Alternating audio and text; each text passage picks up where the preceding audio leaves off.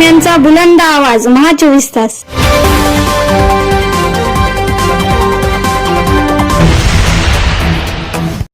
माजी आदिवासी विकास मंत्री मधुकरराव पिचड यांच्या पार्थिवावर शासकीय इतमामात अंत्यसंस्कार।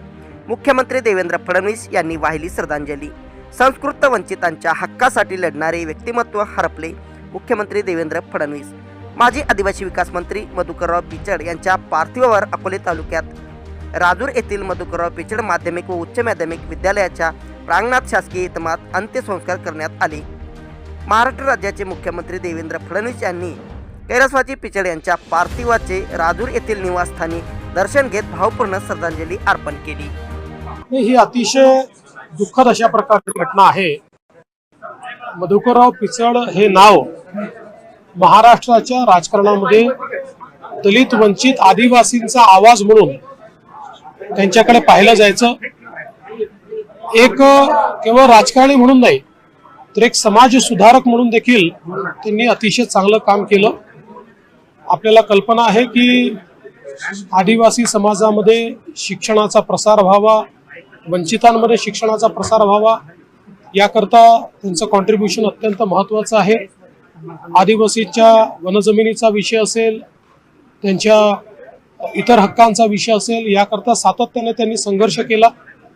आणि विशेषतः मला आठवतं की ज्यावेळी निळवंडे धरणाचं काम हे थांबलेलं होतं त्यावेळी विखे पाटील साहेब यांना मी विनंती केली होती आणि पिचड साहेबांसोबत एक आमची बैठक झाली आणि त्या बैठकीमध्ये पिचड साहेबांनी काही समस्या मांडल्या, त्या समस्या आम्ही दूर केल्या आणि त्यांनी स्वतः पुढाकार घेऊन जे 20 किलोमीटरचं काम थांबलं होतं ते पूर्ण करून घेतलं। त्यामुळे आज निळवंड्याचं पाणी 100 किलोमीटर पर्यंत आमच्या शेतकऱ्यांना मिळतं आहे। एवढंच नाही तर सातत्याने त्यांचा आग्रह असायचा की थोर स्वातंत्र्य सेनानी राघोजी भांगरे यांचं नाव हे भंडारदरा जलाशयाला दिलं पाहिजे। मागच्या काळात तोही निर्णय आम्ही घेतला। अतिशय आनंद त्याच्यावर त्यांनी व्यक्त केला होता। अतिशय मितभाषी होते, पण उत्तम व्यक्ती होते, सर्वांशी संबंध ठेवणारे होते। विविध विषयांचा व्यासंग ज्ञान अतिशय चांगलं होतं। कुठलाही विषय मांडत असताना त्या विषयाचा सखोल अभ्यास करून ते विषय मांडायचे।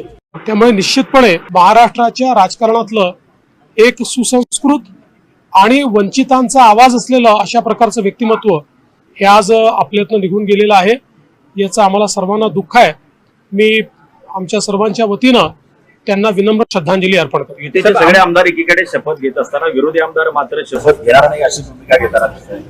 मला असं वाटतं की कुठेतरी लोकशाहीचा हा अपमान आहे आणि जनतेने ज्यांना निवडून दिलं त्यांनी शपथ घ्यायला नकार देणं म्हणजे निवडून देणाऱ्या जनतेचा अपमान आहे।